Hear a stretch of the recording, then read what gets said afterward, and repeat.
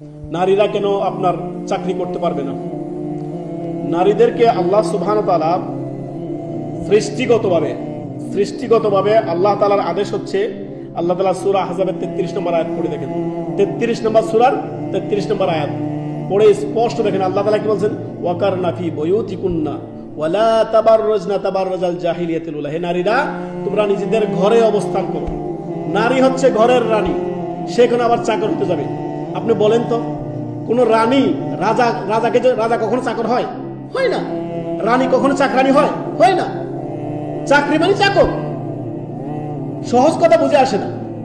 আপনার স্বামীর সেবা যত্ন করবে, সন্তান সন্ততি দেখাশোনা করবে, এটা তার জন্য যথেষ্ট নয় কি? ঘরটাই তার জন্য একটা আপনার কর্মশালা, তার ঘরে তার জন্য যথেষ্ট। তার জন্য আলাদা করে আরো চাকরি নিতে হবে? আল্লাহ সৃষ্টিগতভাবে তাকে এভাবে তৈরি করছেন যে নারী হচ্ছে উত্তম, নারী হচ্ছে এই, সে তার সন্তান সন্ততি দেখবে, স্বামীর সেবা যত্ন করবে, ঘরকে সামাল দিবে সে।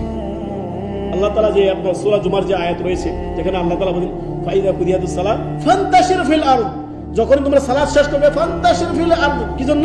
ওয়াবতাগু মিন ফাদলিল্লাহ, আল্লাহর ফজল এবং কর্মের জন্য ছড়িয়ে পড়ো। রিজিকের সন্ধানে পুরুষকে বলছে, নারীকে বলছে এখানে? মোটেও না।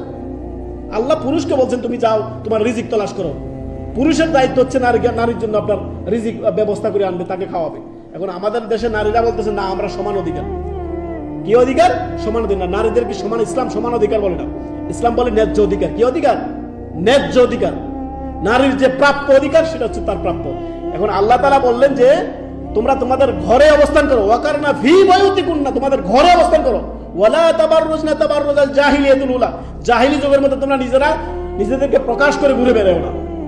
তাহলে আমাদের সমাজ কি অবস্থা? এখন নারীরা ফাইট করতেছে না আমরাও চাকরি করব, চাকর হবো, রানী থেকে চাকরানি হবো, রানী থেকে চাকরানি হবো, এটা ভালো লাগতেছে।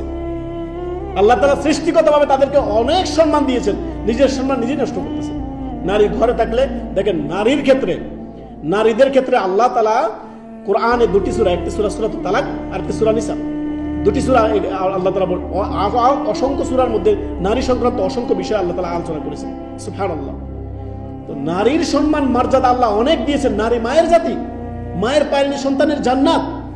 নারী মেয়ের জাত, রাজকন্যা, তারা থাকবে ঘরে আবৃত, হীরামণি মুক্তার চেয়ে নারীরা দামি। সুবহানাল্লাহ।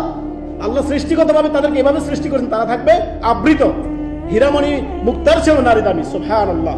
নারীকে আল্লাহ সৃষ্টিগতভাবে তার জন্য আপনার সাব্যস্ত করেছেন, তাই সে ঘরে থাকবে। ইভেন সফরে গেল, কোন নারী সফর করতে গেলে গায়রে মাহরাম যেতে পারবে না, তার সেফটি সিকিউরিটির ব্যবস্থা। সুবহানাল্লাহ।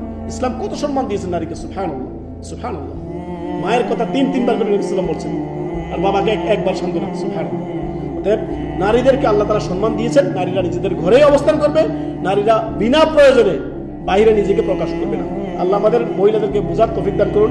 নিজের সম্মান নিজে নষ্ট করছে, নিজের এই যে ধর্ষণের শিকার কেন হচ্ছে, ইফতিজিং এর কেন শিকার হচ্ছে? এই যে ইসলামের অনুশাসন মানি না, সব আমি ইনকিলাব জিন্দাবাদ, আমি বেড়ে যাবো, আমিও করবো চাকরি, হ্যাঁ করবো, আমিও করবো, হ্যাঁ লাখ কামাবে, আমিও লাখ কামাবো। লা হাওলা ওয়ালা কুওয়াতা ইল্লা বিল্লাহ। আল্লাহ এটা তার উপরে ফরজ করেন। ফরজ তার স্বামীর উপরে, তার বাবার উপরে, তার ভাইয়ের উপরে, যার অধীনস্থ থাকবে তার উপরে ফরজ।